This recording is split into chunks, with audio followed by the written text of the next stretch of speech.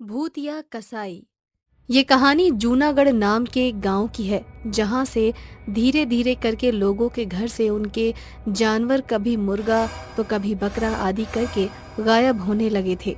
ऐसे ही एक रोज अनिल के घर से उसकी बकरी गायब हो जाती है। अगली सुबह जब अनिल अपनी बकरी को देखने जाता है तो वो देखता है कि उसकी बकरी गायब हो चुकी है, जिसके बाद अनिल जोर जोर से रोने लगता है। अनिल के रोने की आवाज सुनकर सभी गांव वाले उसके पास आते हैं। रघु नाम का एक व्यक्ति भी उसके पास आता है। मेरी बकरी चोरी हो गई। मैंने सोचा था इस बकरी के जरिए मैं अपना खुद का बिजनेस करूंगा, पर मेरी तो किसी ने बकरी ही चुरा ली। अरे अनिल भाई, कैसी बातें कर रहे हो? अब भला कोई तुम्हारी बकरी क्यों चुराएगा? अरे तुम्हारी बकरी इधर उधर चली गई होगी, थोड़ी देर में आ जाएगी। हो सकता है तुम्हारी बीवी उसे कहीं ले गई हो। अरे मेरी बीवी तो मायके में है।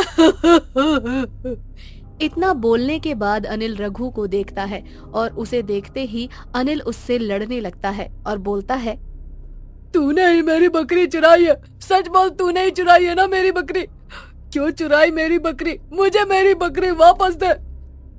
अनिल तू क्या बोल रहा है? अब मैं भला तेरी बकरी क्यों चुराऊंगा? अब मेरे पास तो खुद इतने सारे जानवर हैं। मुझसे दुश्मनी निकालने के लिए तूने मेरी बकरी चुराई है, क्योंकि कल हम दोनों की लड़ाई हुई थी और तूने मुझे धमकी दी थी कि तुम मुझसे मेरी बकरी छीन लोगे। अनिल तू कल बहुत ज्यादा इतरा रहा था, अब बस इसीलिए मैंने गुस्से में ये बात कही थी। इसका मतलब ये थोड़ी ना है कि मैं तेरी बकरी चुरा लूंगा। अरे यार, मेरे पास तो पहले से ही इतने सारे जानवर हैं, बकरी, गाय, भैंस और भी बहुत जानवर हैं। अब मैं भला तेरी बकरी क्यों चुराऊंगा? दोनों के बीच हाथापाई होने लग जाती है। तभी गांव के सरपंच उन दोनों के बीच की लड़ाई जैसे तैसे शांत करवा देते हैं और सब अपने अपने घर चले जाते हैं। अगली सुबह रघु के पास कुछ जानवर गायब हो जाते हैं, जिसके बाद रघु अनिल के पास जाता है और जाकर उससे लड़ने लग जाता है और बोलता है, तुझे समझ नहीं आता मेरी बात? जब मैंने एक बार कह दिया ना कि मैंने तेरी बकरी नहीं चुराई, तो फिर तूने मेरे जानवर चुराए क्यों? मेरे जानवर वापस कर। मैंने तेरे कोई जानवर नहीं चुराए। मैं तेरी तरह चोर नहीं हूँ। यकीन नहीं आता तो मेरे घर की तलाशी ले ले। एक बार फिर उन दोनों के बीच लड़ाई शुरू हो जाती है और गांव का सरपंच आकर उन दोनों की लड़ाई को खत्म करवा देता है। परंतु जानवर गायब होने का ये सिलसिला धीरे धीरे बढ़ता ही जाता है और सब लोगों को समझ आ जाता है कि ये किसी गांव वाले का काम नहीं है, ये कोई चोर है जो उनके गांव के जानवर चुरा रहा है। सब गांव वाले चोर को पकड़ने के लिए सरपंच के पास थाने में जाकर रिपोर्ट लिखवा कर आते हैं, पर रिपोर्ट लिखवाने के बाद भी चोर का कुछ अता पता नहीं चलता। जिसके बाद सभी गांव वाले एक साथ इकट्ठे हो जाते हैं और बोलते हैं, ये चोर जो भी है बहुत ही शातिर है। अब हम सबको ही मिलकर कुछ न कुछ करना चाहिए। हमें एक काम करना चाहिए। आज रात को हम ना सोकर हमें अपने जानवरों की पहरेदारी करनी चाहिए। आज रात को जब वो चोर हमारे गांव में जानवर चुराने आएगा, तब हम उसे रंगे हाथ पकड़ लेंगे। रघु सही बोल रहा है, हम सबको ऐसा ही करना चाहिए। जिसके बाद सारे गांव वाले रात भर जाग कर पहरेदारी करने लगते हैं, परंतु फिर भी उनके घर से उनके जानवर चोरी हो जाते हैं। किसी के घर में मुर्गा चोरी होता है तो किसी की बकरियां घर से गायब हो जाती हैं।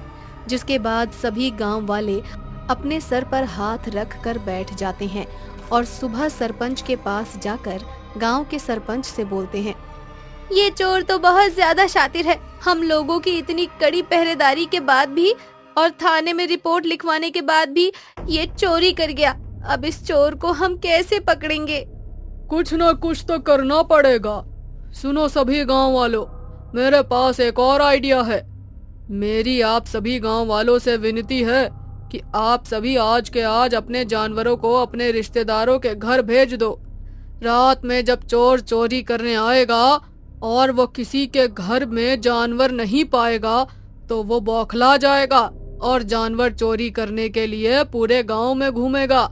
और जब वह पूरे गांव में जानवर ढूंढने के लिए घूमेगा, तब हम एक जानवर गांव में छोड़ देंगे और जैसे ही वो उस जानवर को पकड़ेगा, हम सभी उस चोर को पकड़ लेंगे।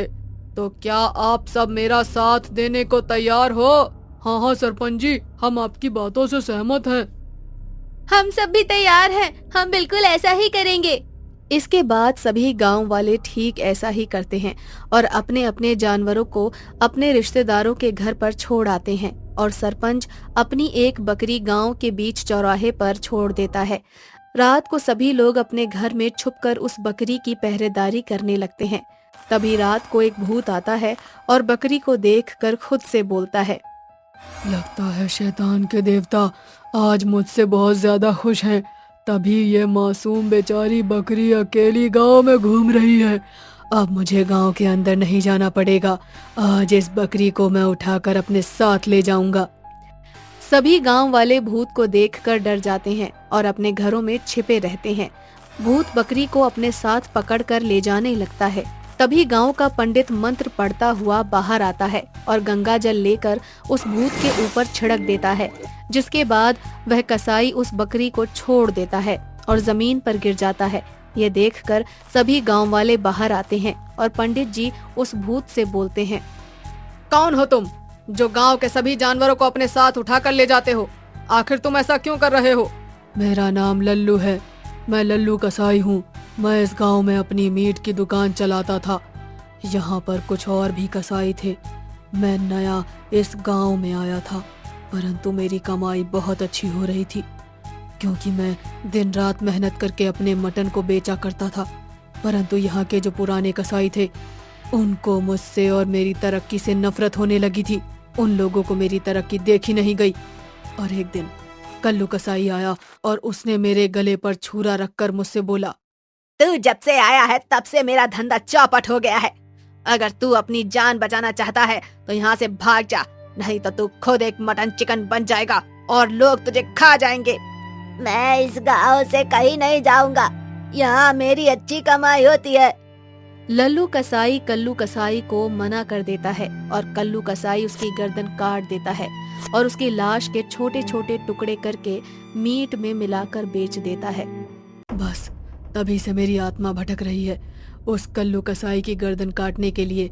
परंतु जब मैं भूत बनकर इस गांव में उससे अपना बदला लेने आया तो मुझे पता चला कि मेरी मृत्यु के कुछ ही दिनों बाद उसकी एक कार एक्सीडेंट में मृत्यु हो चुकी थी। पर मैंने अपने भूत लोग में अपने साथियों को मटन चिकन खिलाने का फैसला कर लिया था। क्योंकि मैं एक भूत हूँ, इसीलिए मैं बकरे या मुर्गा आदि नहीं खरीद सकता। इसीलिए मैंने इसी गांव में चोरी करना शुरू कर दिया ताकि उन सभी आत्माओं को शांति मिल सके जिनके घर वाले उन्हें खाने को नहीं देते, जिनके घर वाले ना कोई पितृदान करते हैं, ना ही कोई उनके लिए श्राद्ध करता है। वे सभी भूत भूखे हैं। बस उन्हीं के लिए मैंने इस गांव से जानवर उठाने शुरू कर दिए ताकि मैं उनकी भूख शांत कर सकूं। तुम चोरी करना बंद कर दो। हम सभी गांव वाले तुमसे वादा करते हैं कि हम तुम्हारे लिए और तुम्हारी भूत मंडली के लिए पिंडदान करेंगे ताकि उनकी भूख शांत हो सके। ठीक है, मुझे तुम्हारी ये शर्त मंजूर है, परंतु अगर इन गांव वालों ने या तुमने ऐसा नहीं किया तो इस बार मैं जानवरों को नहीं बल्कि इंसानों को अपने साथ पकड़ कर ले जाऊंगा और उन्हें मारकर अपने साथियों को खाने को दे दूंगा। हम सभी गांव वाले तुमसे वादा करते हैं, हम तुम्हें कभी भी किसी भी चीज की कमी नहीं होने देंगे। बस तुम हमारे जानवरों को मारना और उनकी चोरी करना बंद कर दो। जिसके बाद वो भूत अपने भूत लोक चला जाता है और सभी गांव वाले उसकी आत्मा की शांति के लिए और उसके साथियों के लिए पूजा करवाते हैं, साथ ही पितृदान भी करते हैं। जिसके बाद लल्लू कसाई कभी भी उनके गांव नहीं आता और ना ही उनके जानवरों को मारता है और सारे गांव वाले एक बार फिर से शांति से अपनी जिंदगी जीने लगते हैं।